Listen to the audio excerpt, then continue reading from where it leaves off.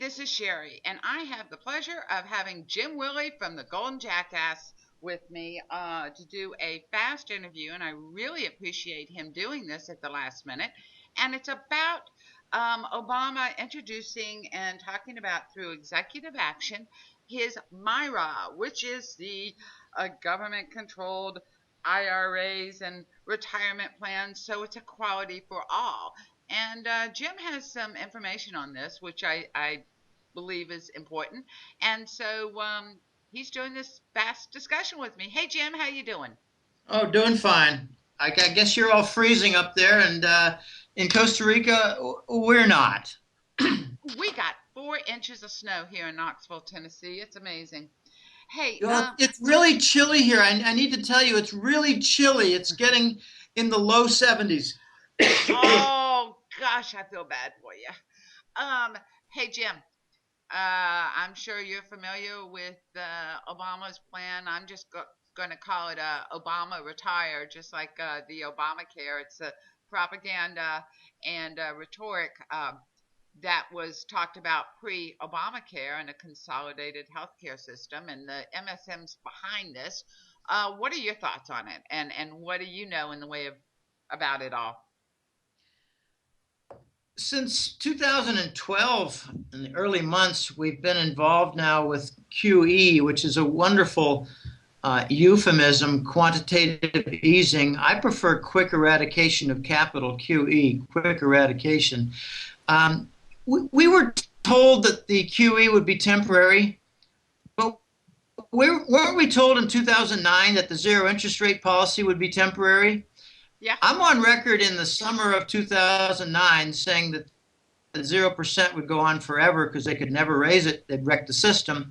I was on record in the mid-2012 as saying that the QE, bond monetization, printing money to buy bonds, that would go on forever and probably accelerate in its volume. And both of those turn out to be correct. The reason I mentioned the QE is that the government now, the U.S. government has a major critical breakdown problem, and that is they cannot continue to buy $500 billion to $700 billion worth of Treasury bonds every year to make up for the fact that there are no legitimate investors there.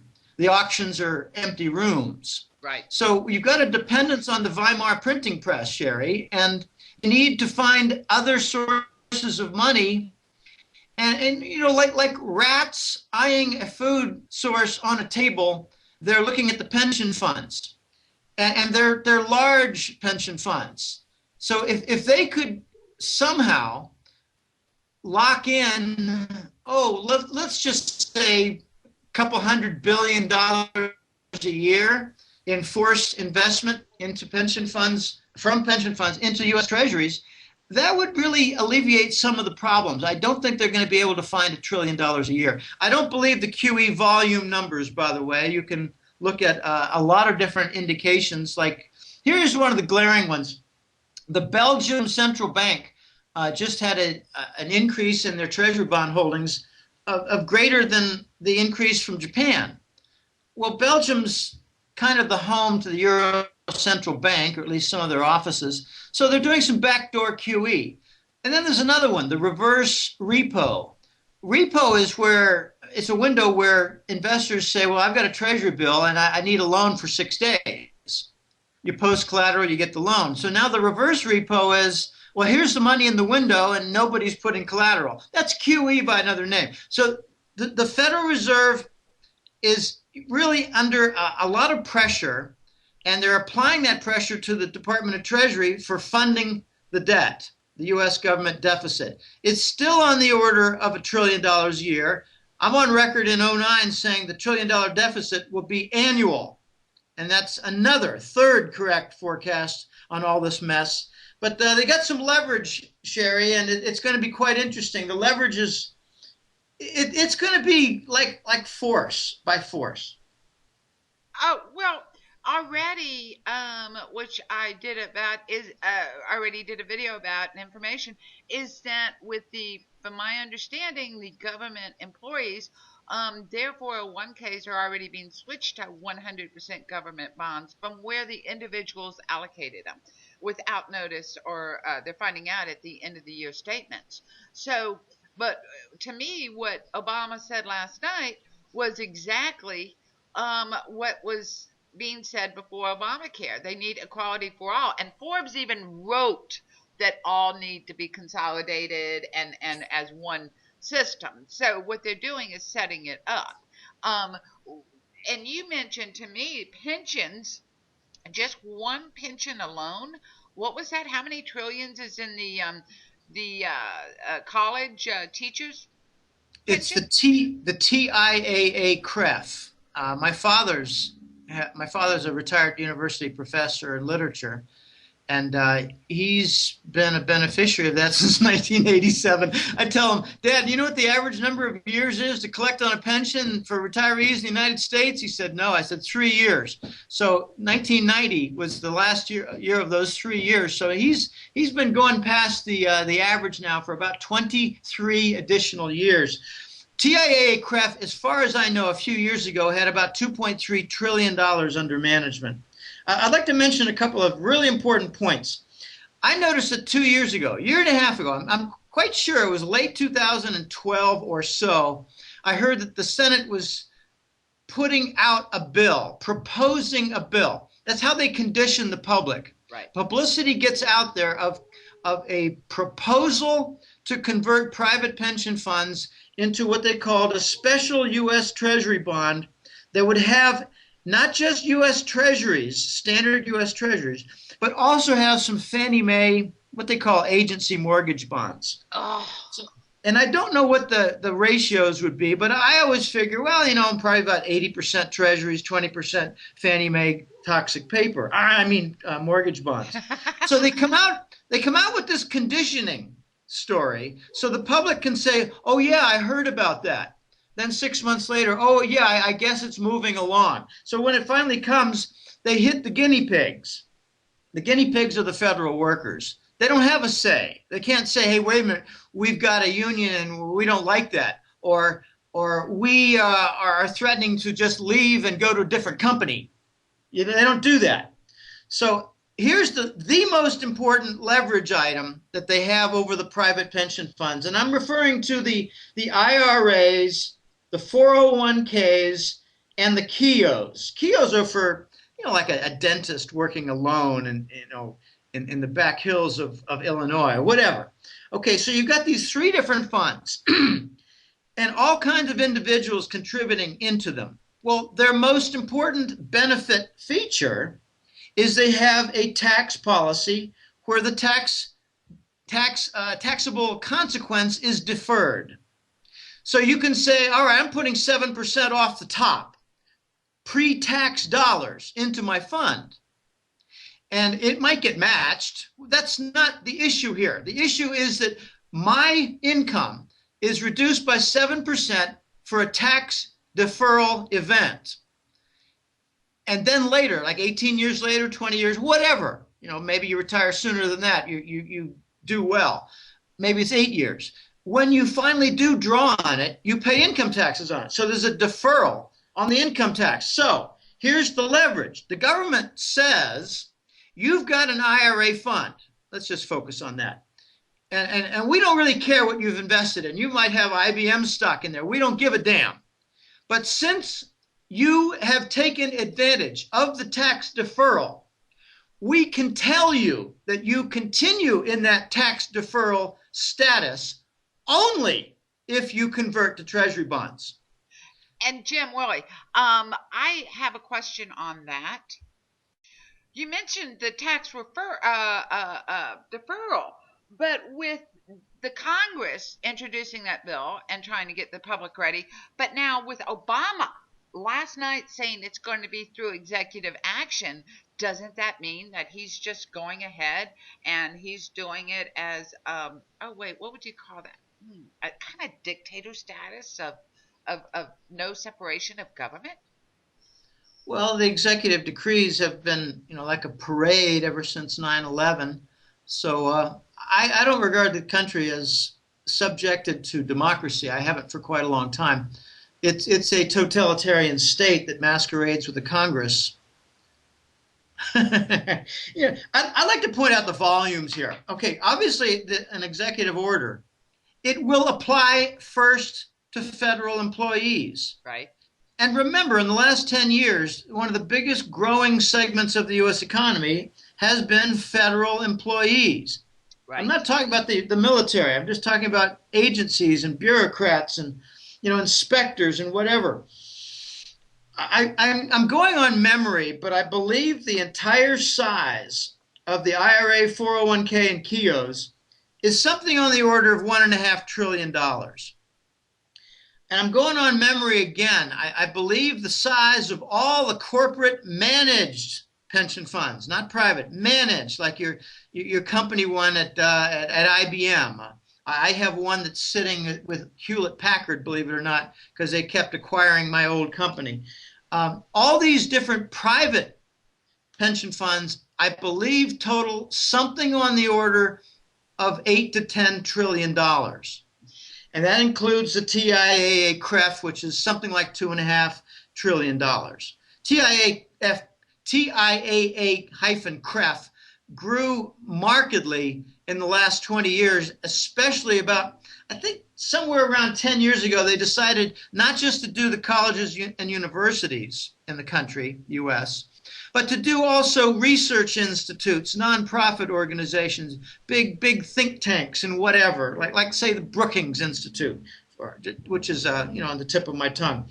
So if you've got all these different pension funds, both managed and federal and private, together they total, I think, something on the order of $12 trillion. Now that's total, that's not annual contributions. To handle the US government deficit, which, just for round numbers, it's $1 trillion. Maybe it's 800 billion this year, but I think it's more like 1.2 trillion. Give or take something off $1 trillion level. They don't quite have enough money, I think, on total contributions toward pension programs, but I do have rather firm certainty it's a big part of $1 trillion. As the economy slips further, we've got a near permanent chronic 4% recession going on every year for the last 5 or 6 years. The income is less and less and less. What I go by for, just a little footnote here, what I go by to determine how powerful the recession is that's ongoing, I look at a couple of different things. One is I look at automatic payroll withholdings for income tax purposes. You don't adjust that. It's just a raw number.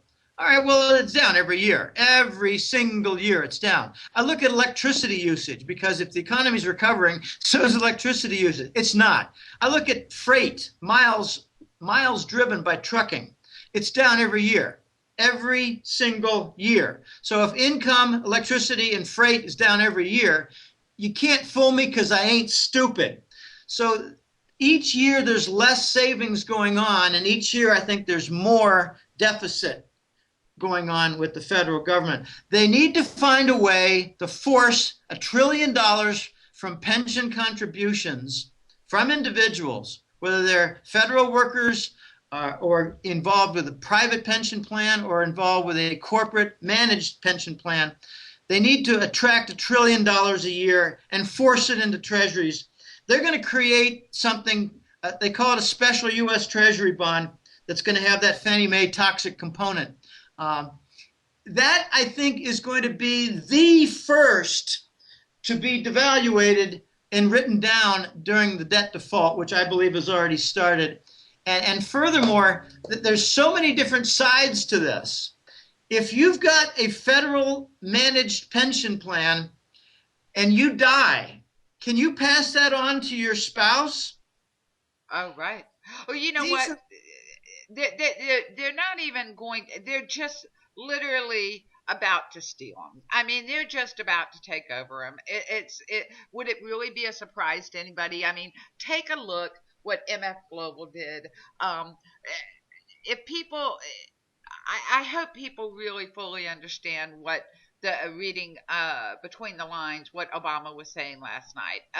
The government does need all the pension and retirement money. They need it. And so what are they going to do? They're just going to take it. Well, they're buying time, Sherry. They're not finding solutions. My theory, ever since Lehman Brothers happened, that was an executed kill. That was not an event that just plain happened. They killed Lehman Brothers in order to prevent Goldman Sachs from having a financial failure. And then they rescued Goldman Sachs with 100% redemption on their CDS swaps. 100%. They're buying time. They've always been buying time. Ever since Lehman, they're not even doing the first, most basic step for a solution, which is liquidate the big insolvent, broken banks. Right. That's what Iceland did. Iceland did that, not Ireland. Iceland, capital Reykjavik. Iceland did that. And then they put in jail some bankers who were involved in very large-scale fraud. What do? We make them Treasury Secretary. Yeah. They're buying time here. And what they're doing on a grand criminal basis in Washington and New York is they're controlling the Weimar printing press. I talk with some individuals and I say, you know, a motive for killing Kennedy, a motive for going off the gold standard. They're all somewhat connected in my book, done by the same people. And there's even a company name that's in charge of some of these projects. It's in the Caribbean. But the motive for it is to control the printing press. I mean, the Ron Paul clause in the Financial Regulatory Bill, a.k.a. Dodd-Frank, called for an independent audit of the Fed. Right. Well, months later it was done, and they found out, oh my gosh, what's this? $18 trillion Right. in loans to a list of 30 banks, and at what, 0.5% interest? And I call foreign that, banks yeah. at that. Don't forget, they were European banks. Oh, they're all over the place. They're global banks. They're not just U.S. Right. But what's the other thing that they're doing that's criminal? They're extorting cash. I mean, I've got some contacts who are involved in a number of different, I don't even want to describe it too fully. I know some people who know some things. And if you want to do a large transfer, let's just say it's $280 million, and it's going across the U.S. into another country, what they do is they make a little designation so that it never arrives. It gets stalled. And then you've got money in limbo. Then they turn to the origin point and say, well, we're going to have to tack on an extra $22,000 fee on that. And they say, what for? It's to facilitate the transfer. Right. And it doesn't go through a second time. They say, well, I'm sorry, we're going to have to do a $36,000 fee because it's called the blah, blah, blah, blah fee. They're doing extortion on large transfers. And that's all. That's with the BIS in control. Hey, Jim. Well, Jim, when you were mentioning the bailouts of the banks in the way of Goldman Sachs, and that's why Lehman Brothers went down, do not forget AIG. AIG was given billions of dollars, and it was actually the backdoor bailout for the banks where people wouldn't really know it. So you add on to that, please. Well, AIG is an enormous story. I could go on for half an hour regarding AIG, but to begin with, the Lehman Brothers had an external element and an internal element. The external element was China realized they weren't going to get their gold back on lease, the Mao Zedong era gold, as part of the most favored nation status agreement in 1999. They realized they were going to be betrayed, so they started dumping mortgage bonds. They were told a long time ago by the U.S. that the Chinese were told that they could convert their mortgage bonds to commercial property. And the U.S. government said, no, these are private residents, secured income stream, whatever. And the Chinese said, oh, really? Okay, well, we'll start dumping them. And they started dumping them en masse. And that precipitated some of the events pre-Lehman. Inside, you had Goldman Sachs being told, you need to buy Lehman Brothers. And they said, no, Lehman Brothers is going down. We're not going to go down with them. And then they were told, well, you need to do something because they're dragging you down too. So they decided, well, let's kill Lehman Brothers and let's do something to make sure that we get full redemption on our credit default swaps for Lehman Brothers and other institutions that also got canned, went into down the tubes quickly. So the U.S. government decided, well, let's assume AIG, let's nationalize it, because there's an ulterior motive, not just to rescue Goldman Sachs and give them 100% redemption. Let's assume the whole garbage can, because AIG was nothing but a gigantic toxic sewer where you had lots of duplicate CDSs. It's kind of like your neighbor buys a fire insurance policy on your house, but then 6 other neighbors do the same. Well, they can't all be paid off. Right. You had overlap and duplication. And that's the nature of the credit default swaps. In order to prevent that entire fraud from coming to light, the duplication, and they had other duplication problems. But in order to prevent all kinds of problems with AIG in claims, you have 3 people coming to make a claim on the same dead entity. You can't pay them all out. They need to get 1/3 each if there are 3 of them. They need to get 1/10 each if there are 10 of them, because the kitty, the pot, should be valued no more than the individual firm.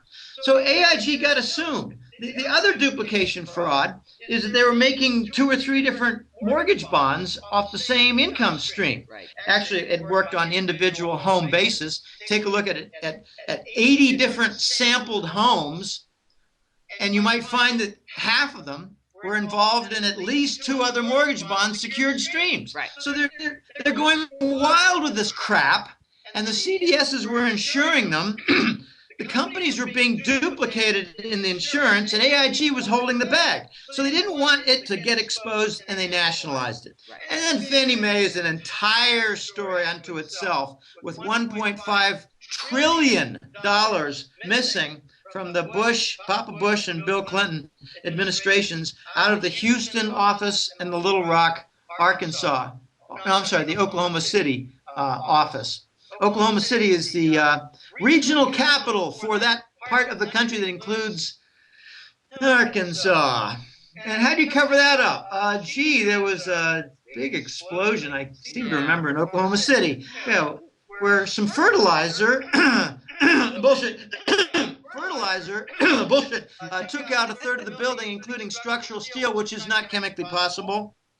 Right. Well, so you got a lot of big crime centers, and AIG was part of it.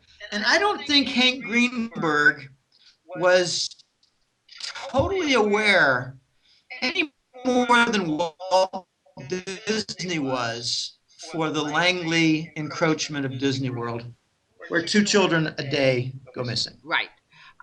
Hey, regarding AIG, because that's the whole Walt Disney thing, is a different thing. But aren't we, in my opinion, going full circle in the way of with the pension funds? It's pretty much that the AIG bailout, pretty much they're going to do the pension funds, IRA, 401k plan bailout for government bonds. And isn't that pretty much just hiding what really is going on again? I mean, to me, it's a full circle, and it's just more fraud, and it's more obscurity, and it's to keep from the American public of what's fully happening, becoming public.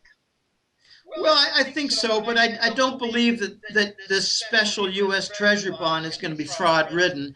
I think it's going to be possibly a standard kind of a device. What I don't like is the forced nature of it. You want to continue to have tax deferral on your 7% of income directed into your IRA or 401k or KEO. Well, then it must be in Treasury bond. I don't like that kind of coercion. Well, if that kind of coercion, it takes away from not only the free right of choosing your investment, but gosh, wake up. What do you think the first victim in the U.S. government debt restructure is going to be? These bonds. Well, also, they're going to take a 35% haircut. Well, exactly. I mean, it's going to be another Cyprus, of course, or Poland, whatever. But also, in my opinion, it will be with fraud, because if it includes the special bonds, includes Fannie Mae, then guess what? you still have the mortgage fraud happening. It is Okay, I see your point. Yes, it would be the unsuspecting, coerced investors, Joe Sixpack and his wife Jill. They're going to be forced to buy these special treasury bonds, and they're not going to know that they're buying toxic, fraud-ridden Fannie Mae rubbish that they couldn't get rid of. right. And in fact, much of the QE is going on now at $40 billion a month for treasuries, $40 billion a month for Fannie Mae bonds. That Fannie Mae bond, I'm told specifically, those Fannie Mae funds being purchased, that's some of the most criminally fraudulent, crap, toxic paper, loaded down, leverage upon leverage. They call it leverage squared with the what do you call it, CDOs, collateralized debt obligations, CDOs. Those are leveraged upon leverage with mortgage bonds. Some of this stuff is so toxic that some of the Treasury officials are openly saying in their meetings that if we don't clear out the logjam of the fraudulent paper, toxic paper, we cannot get a recovery in the housing market nor the commercial property market. And that includes foreign buyers. They want to attract foreign buyers, and that's what QE3 was about. They're going to take on more of the mortgage bonds that are creating the logjam, preventing, say, British and European investors in the United States for property. Right. So this is very, very deep stuff. You know what? In other words, all of it again is what is to save Wall Street, what's to save government, and screw the people. Even though it's presented as, oh, we want equality for all and to help everybody. Hey, Jim, I really appreciate your time and doing this last minute, because I really feel it's important that people fully understand what's going on. And let me interject something here. Sorry to interrupt, but how is this any different from, say, 30 or 40 years of Wall Street firms saying, we're recommending Sears Roebuck stock, we're recommending Woolworth stock, when they're trying to get rid of their own inventory of stock that they can't get rid of so easily? They call it distribution in Wall Street. It's been going on for decades. Right. Now they're going to do some distribution of treasury bonds and toxic Fannie Mae paper. Right. And it's all going to be wrapped into, this is going to be excellent. And it just kind of, like I said, reminds me of the whole Obamacare. I'd just like to point out that they're going to try to play the patriotism card. Oh, of course. That when you buy these, when you are forcibly converted into these special treasury bonds, you're going to be helping the nation. I mean, I've got some older friends, including, my father and a couple other people in his age group, who say, I want to continue to buy an American car. I want to be able, I don't want to buy gold because I'd prefer to buy the treasury bonds since they help the nation. And I say, well, what about the war machine? Is that something you want to support too? Well, those soldiers are putting their lives on the line. I mean, the patriotism card is just, frightening and enormous. Right. There's no end to it. Right. I get a little bit disgusted by it because I'm told that I'm not patriotic. Right. I am patriotic. I've just got some requirements for cleaning the mess up, and starting with liquidation of the big banks. But they're going to play the patriotism card, and it's going to be mixed in with a lot of, I call fascist propaganda. Let me just read to you a quote. This is an amazing quote. I'll tell you who said it when I'm done. The quote starts, "Naturally, the common people do not want war, neither in Russia, nor in England, nor in America, nor for that matter in Germany.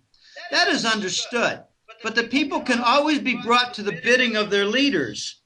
That is easy. All you have to do is tell them they're being attacked and denounce the pacifists for lack of patriotism and exposing their country to danger. It works the same in every country."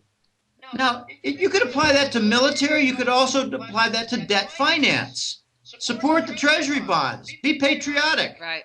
Who said Buy that? General Roosevelt? Motors. Did Roosevelt say that? No, the Nazi Hermann Goering. Really?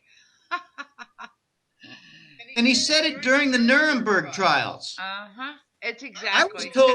was told 5 years ago that we might possibly see some banker Nuremberg trials. I was told this in 08, 09, that the bankers are going to be caught and cornered for their fraud, their $1 trillion fraud. It's funny. If you commit $10,000 fraud, $1 million fraud, you're thrown in jail. Right. If you get caught with $1 trillion fraud, you're made the Treasury Secretary. Yep.